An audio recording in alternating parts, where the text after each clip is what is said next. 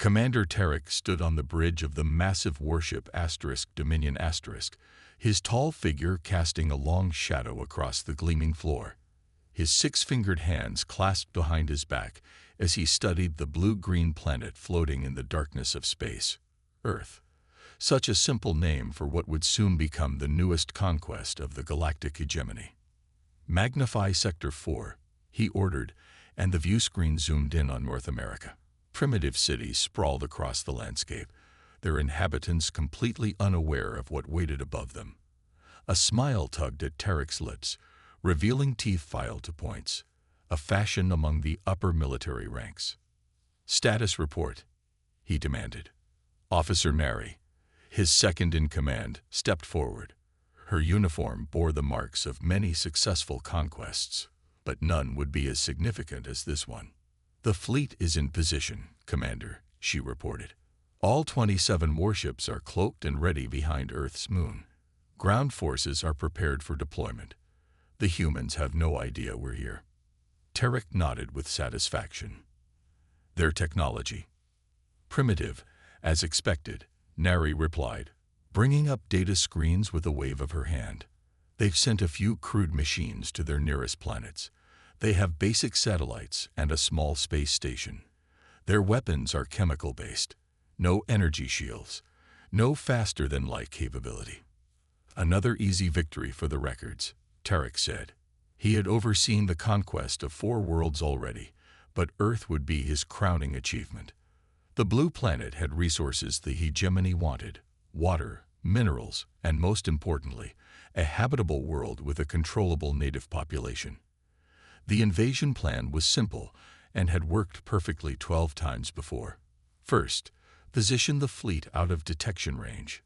Second, make a sudden appearance over major cities.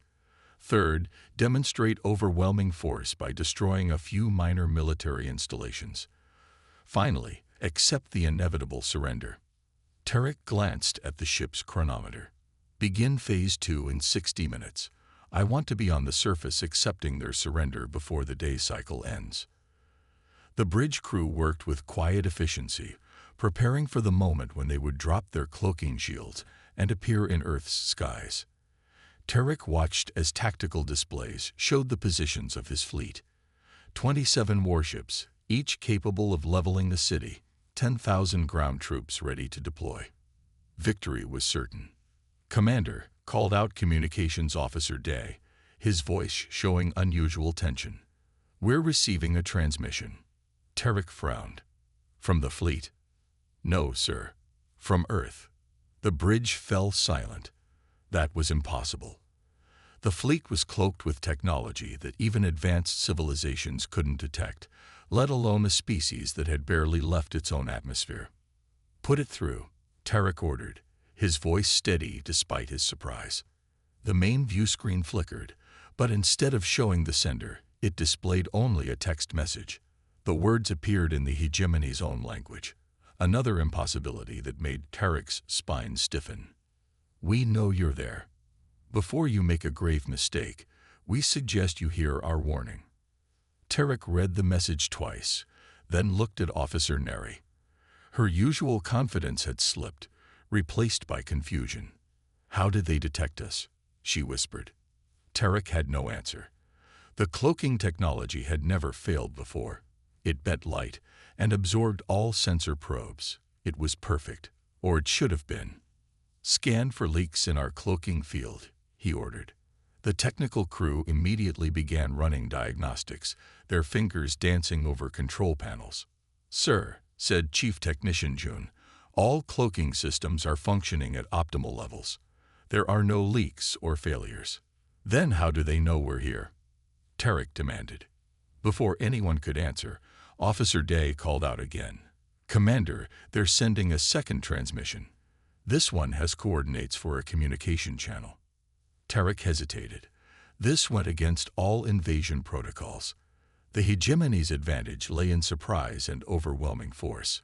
Opening communications before the show of power would give the natives time to prepare defenses, however futile that might be. And yet, curiosity burned inside him. How had these primitives detected his fleet? How had they translated the hegemony language? What warning could they possibly offer that would matter to the most powerful military force in this sector of the galaxy? "Open the channel," Tarek finally ordered, "but be ready to cut it at my command." The view screen flickered again, and this time an image appeared.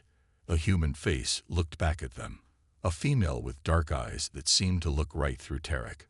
She wore simple clothing with no military insignia, nothing to suggest she represented Earth's defense forces. "Greetings, Commander Tarek of the Galactic Hegemony," the human said calmly. "My name is Dr. Mina Park. I speak on behalf of Earth." Tarek felt a cold sensation crawl down his spine. He had not identified himself or his organization. The human shouldn't know either. "How do you know who we are?" he demanded. The human's expression remained neutral. "We've been watching the hegemony's expansion for some time. Your conquest patterns are predictable." Murmurs spread across the bridge. Officer Neri stepped closer to Tarek. "Sir, this is impossible. They don't have the technology to." "Clearly they do," Tarek cut her off, his mind racing. He turned back to the screen. "What is this warning you mentioned?" Dr. Park's eyes seemed to evaluate him for a moment.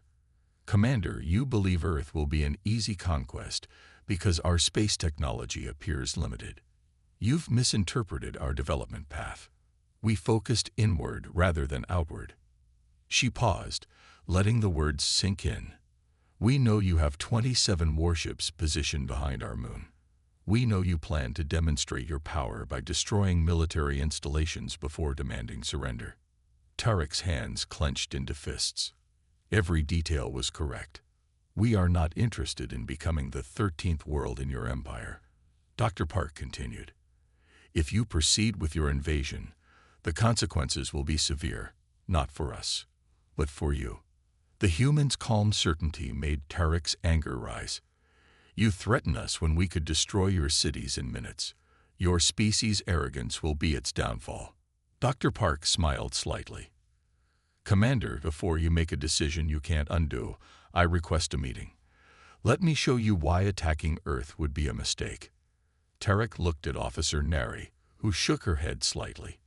This was not how conquests were supposed to proceed. The humans should be running in terror, not requesting meetings and making warnings. Yet something in the human's confident manner gave Tarek pause. There were too many impossibilities here already: the detection of the fleet, the knowledge of their plans, the translation of their language. What else might he be missing? "Very well," he finally said. "One representative may board our ship under strict security protocols." Dr. Park nodded. "Thank you, Commander. I'll prepare for transport. And Commander, this conversation may save both our peoples from unnecessary suffering." The transmission ended, leaving the bridge in silence. "Sir," Neri said quietly, "this could be a trap." Tarek stared at the blue planet on the view screen. "Or it could be something we've never encountered before." He straightened his uniform. "Either way, I want answers."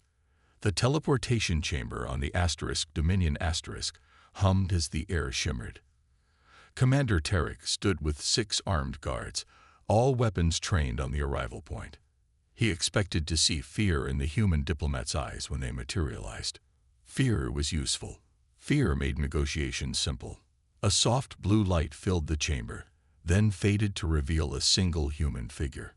Dr. Mina Park stood calmly in the center of the platform, wearing a simple gray outfit with no visible weapons or technology. She carried only a small silver case in her right hand. "Welcome aboard the Dominion asterisk," Tarek said, his voice carefully measured. "I am Commander Tarek." The human showed no sign of fear despite the weapons pointed at her. She simply nodded. "Thank you for agreeing to this meeting, Commander. I believe it will be enlightening for us both." Tarek signaled, and the guards lowered their weapons slightly but remained alert. "You will be scanned for weapons or communication devices before we proceed." "Of course," Dr. Park agreed, raising her arms to allow the scan. Security Officer Jin approached with a handheld scanner. The device hummed as it moved over the human's body and the small case she carried. Jin looked at the readings with a frown. Sir, the scanner can't identify the material in the case she's carrying. It's just a demonstration tool, Dr. Park explained. It contains no weapons, explosives, or communication technology. Tarek considered this for a moment. Open it. Dr. Park placed the case on a nearby table and pressed her thumb to its surface. The case opened without a sound, revealing a small silver disc. This is merely a data display device, she said. I'd like to show you something important during our talk. Tarek nodded at Jin. Take it to the lab for examination. There's no need, Dr. Park said. Your scientists won't be able to understand its workings in the time we have. It's perfectly safe, I assure you. Tarek's eyes narrowed. Your confidence borders on arrogance, human. Dr. Park smiled slightly. Not arrogance, Commander. Just knowledge of the technological gap between us. A gap in our favor, Tarek stated firmly. That's what we need to discuss, she replied. Shall we? Tarek led her through the gleaming corridors of the warship. Crew members stopped and stared as the human walked past, many having never seen a member of this species before. Dr. Park took in the ship's design with interested eyes, occasionally nodding as if confirming something she already knew. They arrived at a conference room where Officer Nari and the ship's chief scientist, Dr. Wan, waited. Please, sit. Tarek gestured to a chair at the large metal table.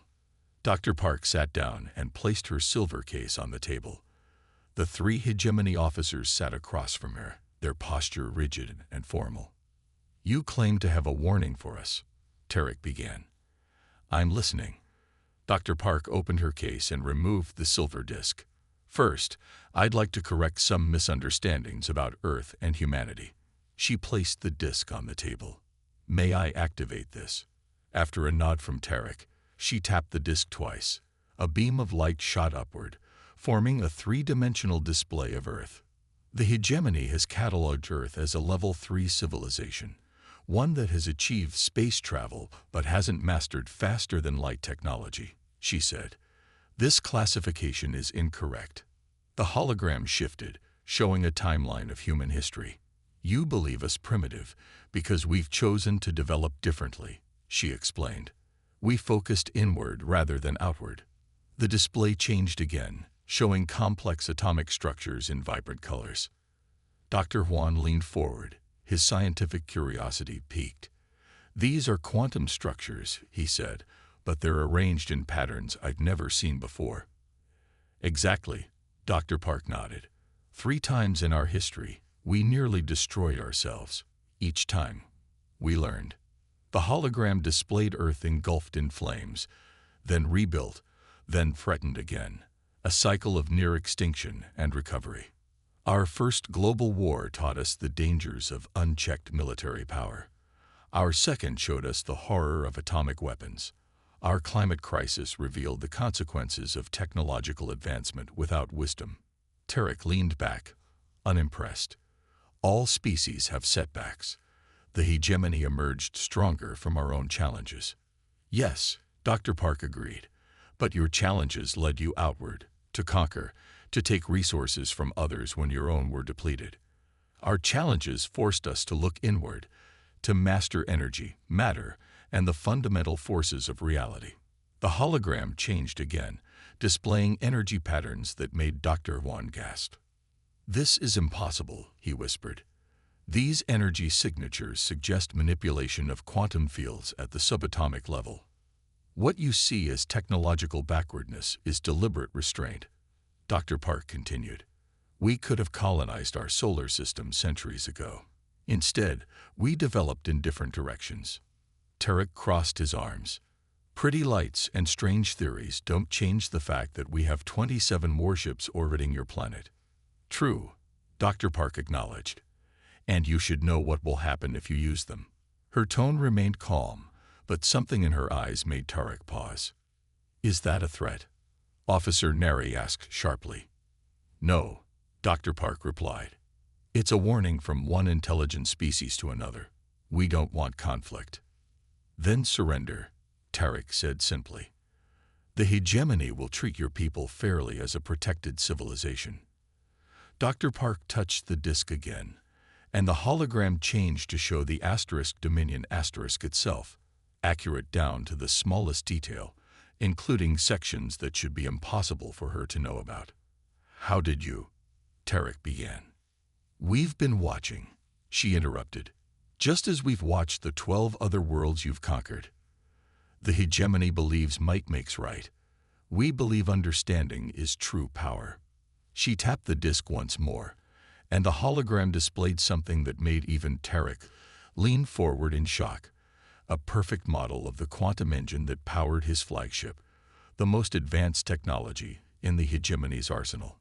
"This is classified technology," he said, his voice low and dangerous. "To us, it's rather basic," Dr. Park replied without arrogance, just stating a fact. "Your quantum engines are efficient, but they have serious design flaws. They leak radiation into subspace, causing permanent damage to the fabric of reality." Dr. Huan's eyes widened. "That's not possible. Our engines are perfectly." "I can prove it," Dr. Park interrupted. She manipulated the display to show energy patterns flowing from the engine design. "These particles shouldn't exist in normal space. You call them waste energy. We call them dimensional fractures." Silence fell over the room as the three officers stared at the display. "If you attack Earth," Dr. Park said quietly, "you should know what will happen. Not because we want to fight, but because we cannot allow technology like yours to damage our world or the fabric of space around it." Tarek studied the human's face, looking for signs of deception or fear. He found neither.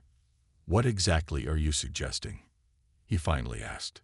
"I'm suggesting that instead of conquest, we offer an exchange of knowledge," Dr. Park said. "We can help you refine your technology to prevent the damage you're unknowingly causing. In return, you recognize Earth as a sovereign and equal power, not a target for conquest."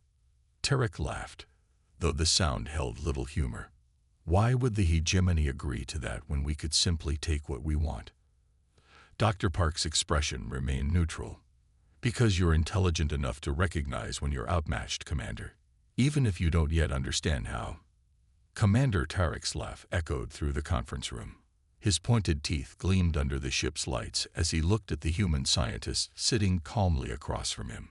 "Words and pretty lights prove nothing," he said, waving his hand dismissively at her holographic display. "Your claims are impressive, Dr. Park, but I need more than theories and diagrams." Officer Neri nodded in agreement.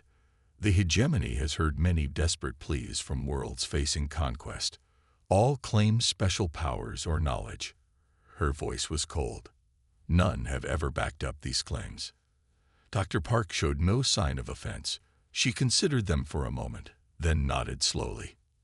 "You require a demonstration. That's reasonable." She touched the silver disk again, and the hologram changed to show a map of the solar system. Her finger pointed to a cluster of asteroids between Mars and Jupiter. "There," she said. "Asteroid DX7392 in your classification system. It's uninhabited and contains no valuable minerals. Will this location work for a demonstration?" Dr. Juan, the ship's chief scientist, quickly checked his data tablet. "The asteroid exists as she describes, approximately 1 million tons in mass, composed primarily of silicates and iron. No special properties detected." Tarek studied the human's face, looking for signs of trickery. Finding none, he nodded. "Very well. What do you intend to show us?" "Simply watch the asteroid," Dr. Park said. "That's all I ask." Tarek gestured to Officer Neri, who spoke into her communication device. "Bridge, focus all sensors on asteroid DX7392 in the main belt. Maximum resolution." The large screen on the conference room wall flickered to life, showing a gray, potato-shaped rock tumbling slowly through space. It was unremarkable in every way, just one of thousands of similar objects in the asteroid belt. "Sensors confirm this is asteroid DX7392, Nari reported. "Distance, 42 million kilometers from our position." Dr. Park nodded. "Thank you." She touched a small device on her wrist that had passed the security scan as a simple timepiece. "Watch," she said simply. Nothing happened for several moments. Tarek began to smile, ready to dismiss the human's claims entirely, when Officer Neri suddenly gasped. "Sir, the asteroid. It's..." On the screen, the million-ton space rock simply vanished. No explosion, no fragments, no energy flash. One moment it was there, the next it was gone, leaving only empty space where it had been. Dr. Huan frantically checked his instruments. "This is impossible. There's no debris field, no radiation signature, no gravitational disturbance. It's as if the asteroid never existed." "What just happened?" Tarek demanded, rising from his seat, all traces of amusement gone from his face. "That wasn't destruction," Dr. Park explained quietly.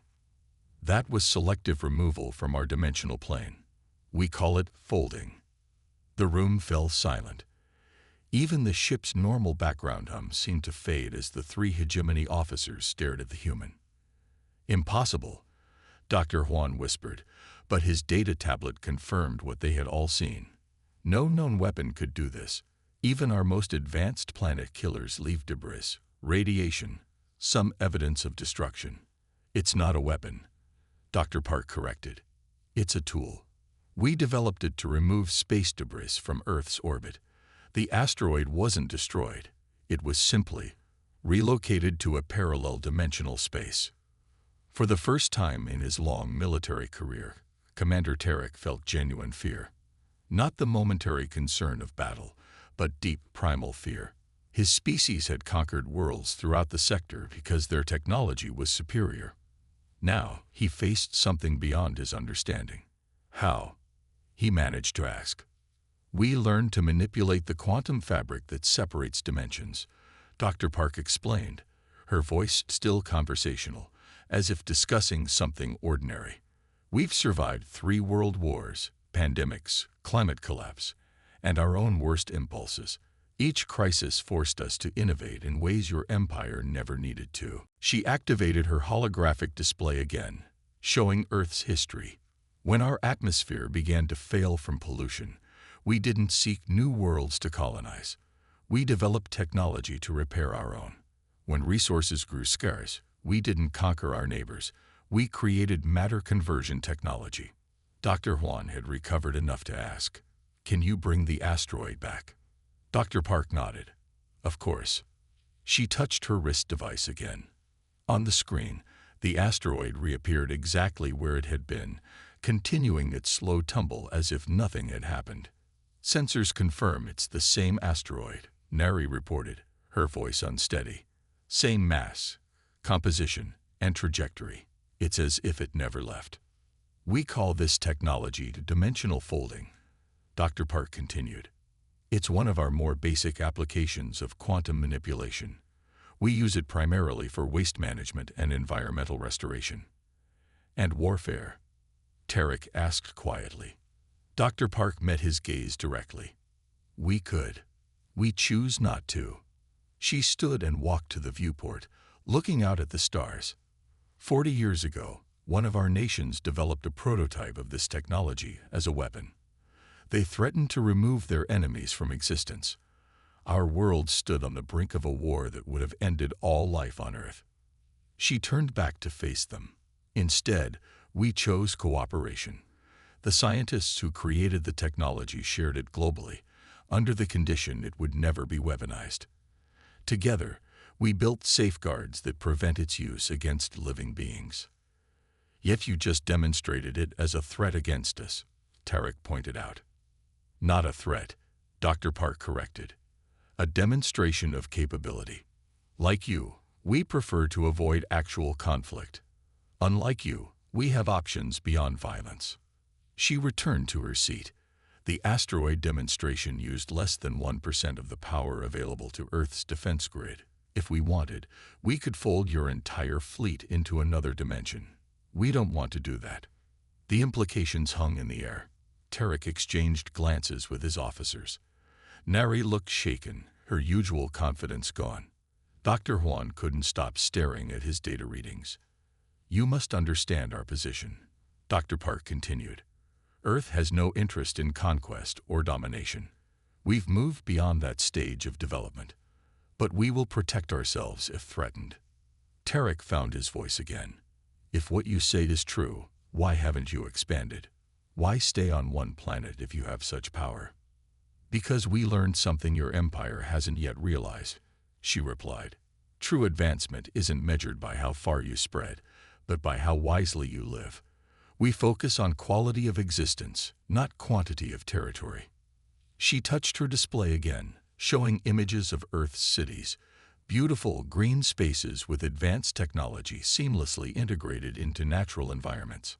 Our civilization reached a turning point.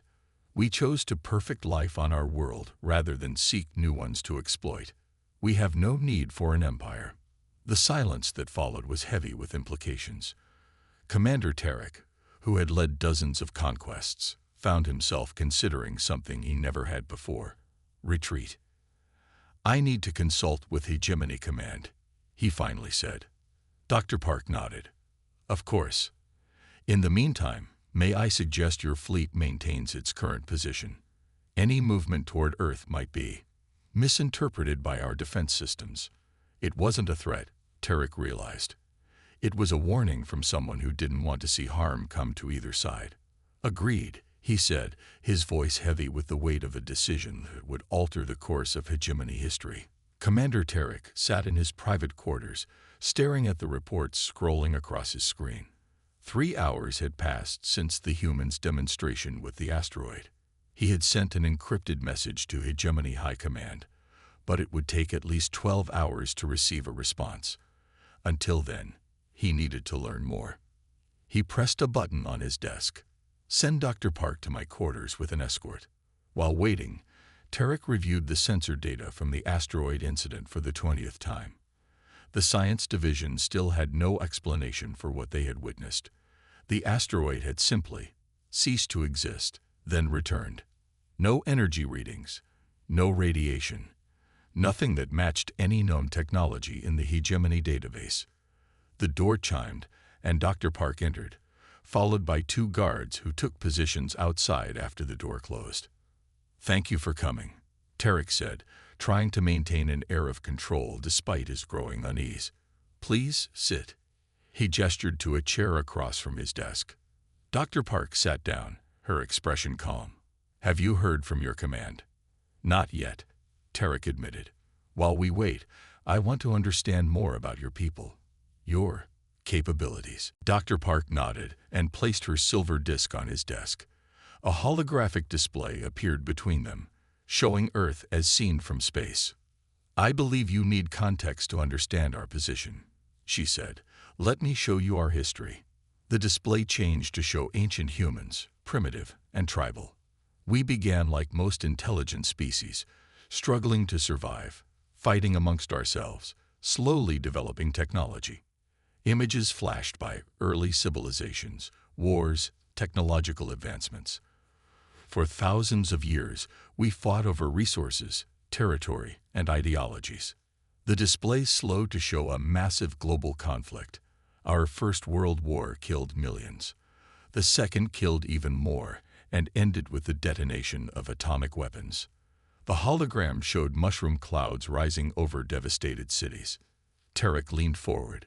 Nuclear weapons. Many species discover them. Yes, but what they do afterward defines their future, Dr. Park replied. We stood at a crossroads. We could destroy ourselves or find a better path. The display showed a planet in crisis, melting ice caps, violent storms, massive fires. Then came our environmental collapse. Rising temperatures, failing crops, cities drowning under rising seas. The images were disturbing even to Tarek, who had seen worlds conquered and civilizations fall. How did you survive? Tenacity, Dr. Park said simply, and cooperation. The display changed to show people from different regions working together, building vast structures to hold back rising waters, creating new technologies to clean the air. Your species conquers through overwhelming force, she explained. Humanity's strength comes from surviving when victory seems impossible. We don't want war, Commander. We've had enough of it among ourselves. She touched the disk, and the display showed human scientists working on complex equations. Each crisis forced us to think differently. When our atmosphere began to fail, we developed particle technology to reverse the damage. When resources grew scarce, we learned to manipulate matter at the quantum level. Tarek's eyes narrowed. These records, they could be fabrications. You're welcome to have your analysts verify them, Dr. Park replied without hesitation. We've provided access to our historical databases. The data signatures cannot be altered without detection. Officer Neri entered without knocking, her expression troubled. Sir, our analysts have completed their review of the Earth historical records. They appear genuine. Tarek felt a chill run through him. If these records were accurate, then everything the human claimed might be true. There's something else you should know, Dr. Park continued once Neri had taken a seat. Earth detected the hegemony's approach months ago. Impossible, Neri interjected. Our cloaking technology is based on bending light and absorbing conventional sensor signatures. Dr. Park finished for her. We don't use conventional sensors. She adjusted the hologram to show the hegemony fleet's approach path through the solar system. Every position was accurate, down to the day. We chose observation over confrontation, she explained. We wanted to understand your intentions before acting. Why not simply destroy us when we entered your system? Tarek asked bluntly. If you have the power you claim. Because that's not who we are anymore, Dr. Park replied. We learned the hard way that violence creates more problems than it solves. She touched the disk again, and the display changed to show the expansion pattern of the hegemony across 12 star systems. The conquests, the resource extraction, the subjugation of native species, all displayed in clinical detail. We've studied your empire's expansion pattern. You've never encountered meaningful resistance, so you've never developed contingencies for failure. Humanity, however, has built our entire civilization on learning from catastrophic failures. Tarek felt an unfamiliar emotion. Doubt. Throughout his career, victory had always been certain. The hegemony was unstoppable because its technology was superior. But what if that wasn't true anymore? There's one more thing you need to know, Dr. Park said, her voice growing more serious. The hologram changed to show complex energy patterns flowing through space. This is a visualization of subspace damage caused by your faster-than-light drives, she explained. Each jump tears the fabric of reality a little more. The tears heal eventually, but with enough traffic, the damage becomes permanent. Dr. Huan, who had entered silently during the presentation, stepped forward with a look of shock. This matches anomalous readings we've detected near our busiest trade routes, he admitted. We assumed they were natural phenomena. They're not, Dr. Park confirmed. Earth developed faster than light travel over a century ago, but we deliberately limited its use after discovering the environmental damage it caused to spacetime. She adjusted the display to show an alternative drive system design. We created this instead. It uses quantum tunneling rather than brute force to move through space. No tears, no damage. Tarek stared at the design. If true, it was decades beyond hegemony technology. Why show us this? He asked. Why offer advanced technology to a potential enemy?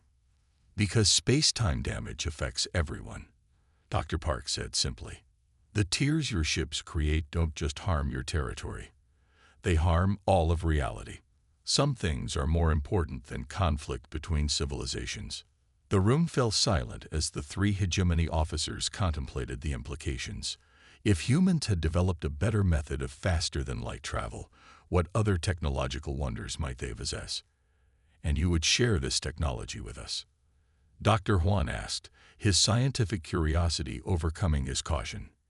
Yes, Dr. Park nodded. Along with methods to repair the damage already done. All we ask in return is peace. Tarek leaned back in his chair, his mind racing. The humans' claims, if true, changed everything. The hegemony's entire strategy of expansion was based on technological superiority. But if Earth possessed technology that could make ships disappear without a trace and travel between stars without damaging spacetime, I need to present this to High Command, he said finally. Of course, Dr. Park agreed. But remember, Commander, you have an opportunity here. You could be remembered as the officer who led the hegemony into a new era of cooperation rather than conquest. For the first time in his career, Commander Tarek considered the possibility that there might be paths to power and security that didn't involve subjugation. The Grand Council chamber of the hegemony buzzed with angry voices. 7 days had passed since Commander Tarek's first contact with Earth, and now he stood before the 12 high counselors who ruled the Empire. The massive chamber, with its high ceilings and ancient stone pillars, had witnessed the planning of 12 successful conquests. Today would be different. "This is outrageous," shouted Councillor Vex, pounding his fist on the polished black table. "You suggest we abandon the conquest of Earth because of tricks and light shows."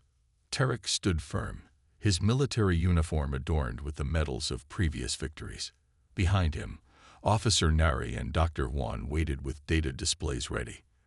"What I suggest," Tarek replied calmly, "is that we recognize reality. Earth cannot be conquered, not through force, diplomacy, or subterfuge.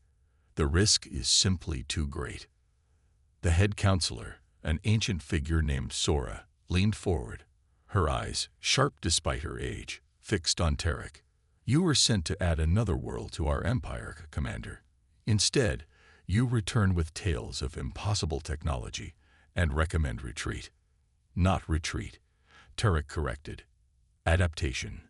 He nodded to Dr. Wan, who activated a large display screen. The asteroid demonstration played for the Council, the massive space rock vanishing and reappearing without any detectable energy signature. "Our scientists have analyzed this footage for a week," Tarek explained. "They found no evidence of deception. The humans possess technology that can remove objects from our dimensional plane. They call it folding." Councillor Miro, the youngest member of the High Council, shook his head. "One parlor trick doesn't mean." "It's not just one capability," Tarek interrupted. He signaled to Officer Nari, who brought up new data. "Earth detected our approach months before we arrived, despite our most advanced cloaking technology. They monitored our fleet's every move. They translated our language without any cultural exchange. The display showed more evidence, sensor readings, communication logs, and scientific analyses. Moreover," Tarek continued, "they've developed a form of faster-than-light travel that doesn't damage subspace, unlike our own drives, which have been creating tears in reality throughout our expansion."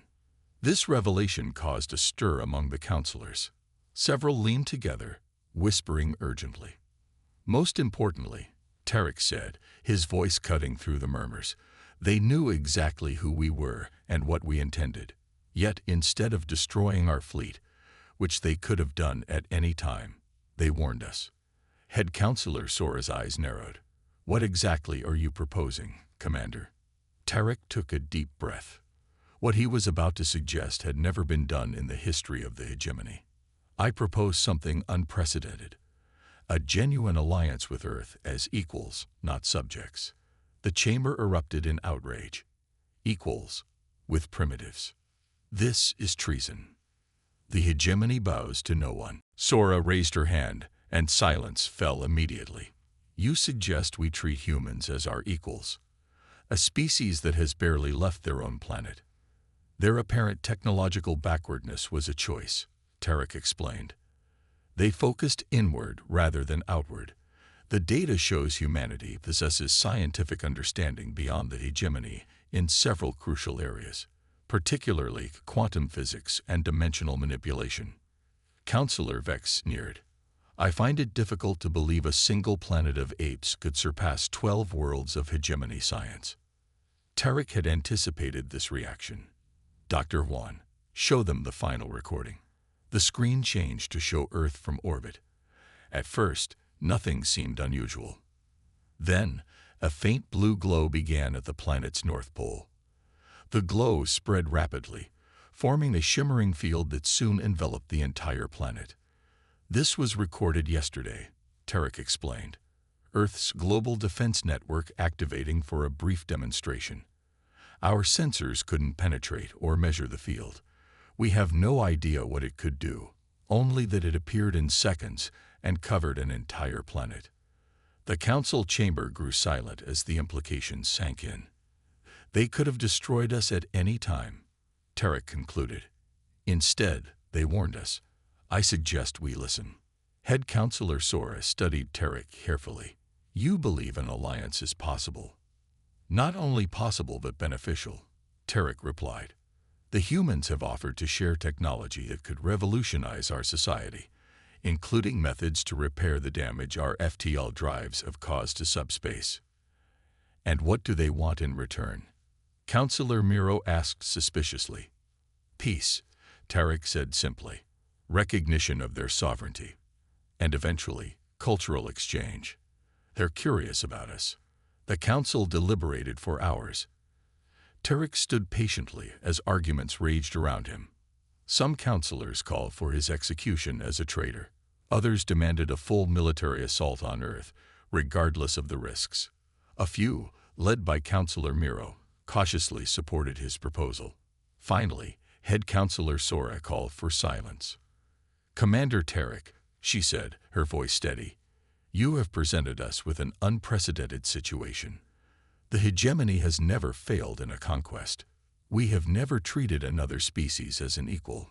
Tarek waited, his face betraying no emotion. However, Sora continued, neither have we faced a species with the capabilities you've demonstrated. The Council will need time to verify your findings and consider options. There's one more thing you should know, Tarek said. The human representative, Dr. Park, informed me that Earth has detected unusual subspace disturbances near the hegemony's core worlds, signs of dangerous instability caused by our FTL technology. They believe these disturbances could lead to catastrophic failures in the fabric of spacetime. This final piece of information tipped the scales. Even the most hawkish counselors couldn't ignore a threat to the hegemony's homeworlds. Very well, Sora decided. We will send a diplomatic delegation to Earth to discuss terms of cooperation.